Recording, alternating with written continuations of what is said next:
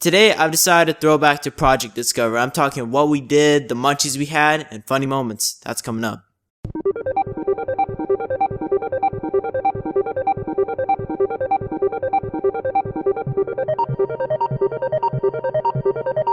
What's good, everyone? It's Sahilfordakill in these streets of Surrey, and we about to look back to Whistler. My thoughts on how it was all planned out, the highlights, shit like that. Overall, I thought Project Discover was good. You know, I definitely discovered some shit while I was there. But for what it's worth, I'd like to go deeper to tell you exactly what happened. Let's start at the gondola. Now, before we got there, even before we got on the bus, my dude, one of my friends, formally promised me some alpine pussy up the mountain.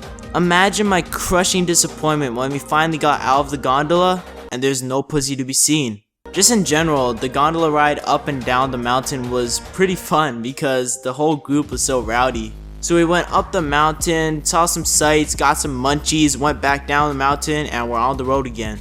And we stopped by Save on Foods, right? Because they try to teach us how to shop for ourselves, you know. We over here in this safe way, and teachers had dispatched us to, we planned this before, we're about to buy our own food and cook it. Bruh. We bought some cheap ass shit. Oh man.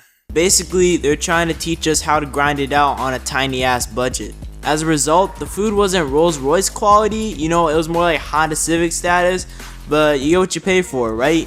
So we buy our munchies, and after all that bullshit, we finally make it to our stay. And I'd like to point out that this wasn't a hotel. This was a lodge meant for professional Olympic athletes to, you know, train and stuff. And here we come with our rowdy ass group waiting to get into all kinds of shit. You know, it was a mistake choosing the lodge to begin with. Shit, even the people didn't want us there, so what made it a good idea? Why not just rent out a big ass mansion for a week instead? Imagine how sick that would be. My class can be as loud and obnoxious as they want, and we disturb no one. Straight up. There's actually one time where a bunch of rowdy ass dudes in my class were just making a bunch of sex noises in the hall. Oh yeah.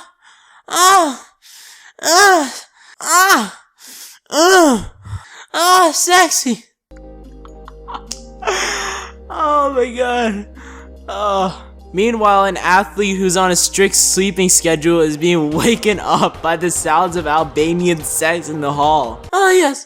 Now, my overall issue about Project Discover was that most of the stuff we did there we could just done back at school. For example, most of the cooking and in-class sessions. Another complaint about Project Discover was that it wasn't really like a university dorm experience. We were all working together to make meals. Instead, we should have just been making food with our roommates, you know, how it actually is in dorms. But then again, it would actually be unfair because most of us don't know how to cook for jack shit. Well, let me tell you, if that was the case, boy, we'd be eating that Kraft dinner all day. Straight up. As far as cooking went, breakfast and dinner were both great, but lunch was absolute dutty. It was these mushy ass sandwiches that nobody ate. Instead, it was either munch outside or just straight up starve. If you were cooking breakfast, then you had to wake up at the ass crack of dawn to prepare everything in time. But what made it even more hell was the schedule. We never surely knew which group we were in because the teachers kept changing them. I was initially in squad C, but when we got there, they changed us to squad A. The group members didn't change themselves, it was just whether you were A, B, or C. Now let me ask you a perfectly logical question. What the fuck is wrong with you? Is this a joke? Why change what's been firmly planted into our heads just to confuse us? Especially when it means you're the squad that's supposed to wake up and make breakfast. I often slept in because I didn't know. And a teacher had to come knocking on my door telling me I missed my role. Oh, and that's the best part. When the teacher comes 1 hour after to knock. What, you couldn't come 10 minutes after so I could actually get a chance to do my fucking job? Instead, you have to make me walk in shame when I show my late ass up to the kitchen? Fucking savages! Kitchen work was stressful, but it didn't need to be. It's all these damn teachers bossing us the fuck around. I felt like I was working at a Chinese restaurant doing all the dirty work. Anyway, day 2 hit. We went to Whistler Court, did some workouts, yoga, rock climbing. Again, most of the stuff we could have just done back home. I'm sure Vancouver must have some gym like that. Now, I'd like to mention yoga. Bruh, you know the yoga instructor was hot, man. There's even a dude who came in right before the session telling us not to stare at that booty. I'm dead serious. I'm dead fucking serious. He actually said that. Bro, it was probably the rowdy ass, thirsty ass group before us who made this shit look so obvious. I'm not gonna lie though. If I had the chance, I was gonna knock them ankles loose, baby! Rest of the gym was fine, I guess. I don't know. Everything just felt like leg day, you feel me? Day number 3 wasn't the day for me or anyone. All it was these random bullshit ass activities just for shits and giggles. Sewing, ironing, shit, even plumbing. And the rest was just boring university stuff like applications, nutrition, budgeting. Man, save this shit for school, bruh. Day 3? Time waste. At the end of the day, there'd be some sort of late night activity like movie night or board games night or karaoke. But most of it wasn't even enjoyed because we were so exhausted after each day. We just felt like being in our rooms and passing out. But we couldn't because this shit was mandatory. Not only did these teachers make us work our asses off, but they also made us lose sleep. And that's bullshit! Finally, day 4, we exhausted. We all going home. It's all over. But no, that's too good to be true, right? That's why we have to stop at a mining museum to stare at rocks. Isn't it enough that we just survived a week of Project Discover? Why is this necessary?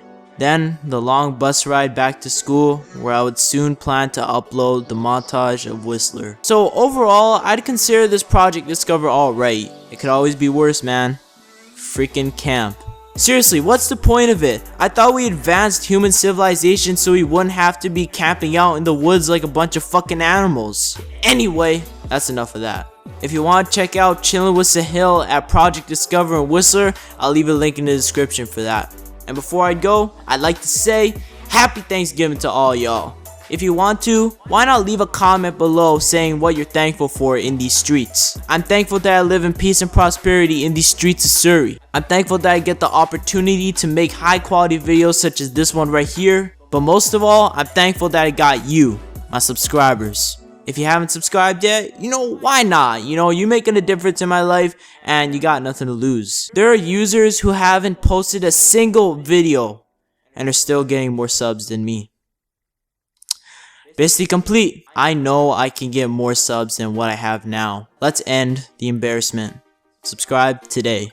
That's all I got for y'all today. Hope you enjoyed it. Like if you like, cause here's gonna dislike. Share and sub if you know what's up. And leave a comment to show me some love. I'm Sahilfordakill in these streets.